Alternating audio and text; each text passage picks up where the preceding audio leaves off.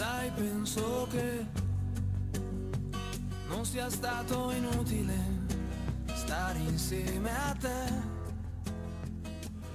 Hi, welcome to Tre Piani restaurant. My name is Jim Weaver. I'm the chef and owner. We're located here in the Princeton Forrestal Village just off of Route 1.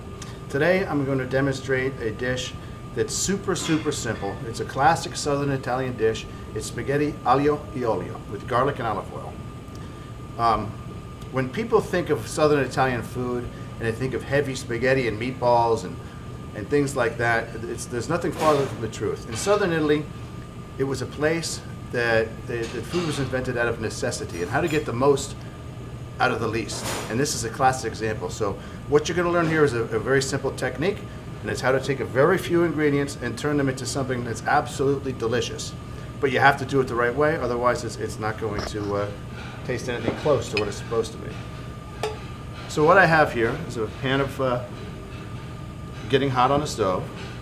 I've got my pan of boiling water. This is a dried spaghetti, and I think this is a dry pasta definitely works better for this dish than a fresh pasta. People think that fresh pasta is also better than dry pasta, but they all have a purpose, and they're all designed for certain things in mind. So this gives a specific mouthfeel for the dish. So I've got some boiling salted water here. I'm just going to drop my spaghetti in, and this dish will be done almost before the spaghetti. The spaghetti takes about 6 minutes to cook al dente. Okay, we're going to begin this dish. We've got the pan hot.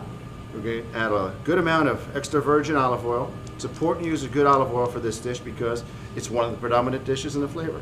Aglio olio, oil and garlic, or garlic and oil.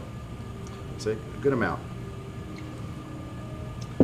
Olive oil is a good oil. It's a fat, but it's a monounsaturated fat, and so it's actually good for your body, and it's delicious too. We're going to take this garlic and slice it, or you could smash it if you want to, but you want big pieces of garlic for this. We're going to put the garlic right in the pan. Some more here. Okay. We'll let that cook, and the reason I cut it large is so that I can let the garlic cook. Because if you let the garlic cook, you're going to get that much more rich, toasty, almost like a roasted garlic flavor, but it's not going to be overpowering garlic. Garlic has two essential oils, and the more finely they're smashed up, like for ground garlic, the stronger the flavor. And also, if it's cut up, ground garlic, it's going to cook really fast. So it's going to be a very sharp, acrid flavor. So in order to do this right, you do it like that. So we're going to get this kind of toasty brown is what we're looking for. Right? And you can regulate on a gas flame easily just by removing the pan off the heat. But you really want to let that cook till it's real brown. If you burn it, you went too far. You got to start all over again because it's not going to be good. But if you don't cook it enough, it's going to have a very raw flavor.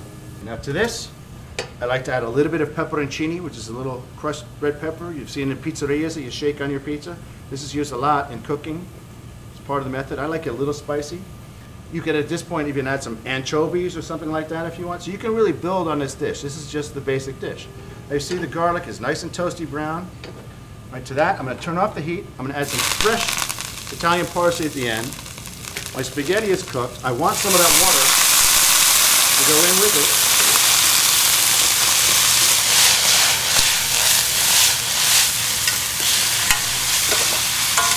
And that is the dish.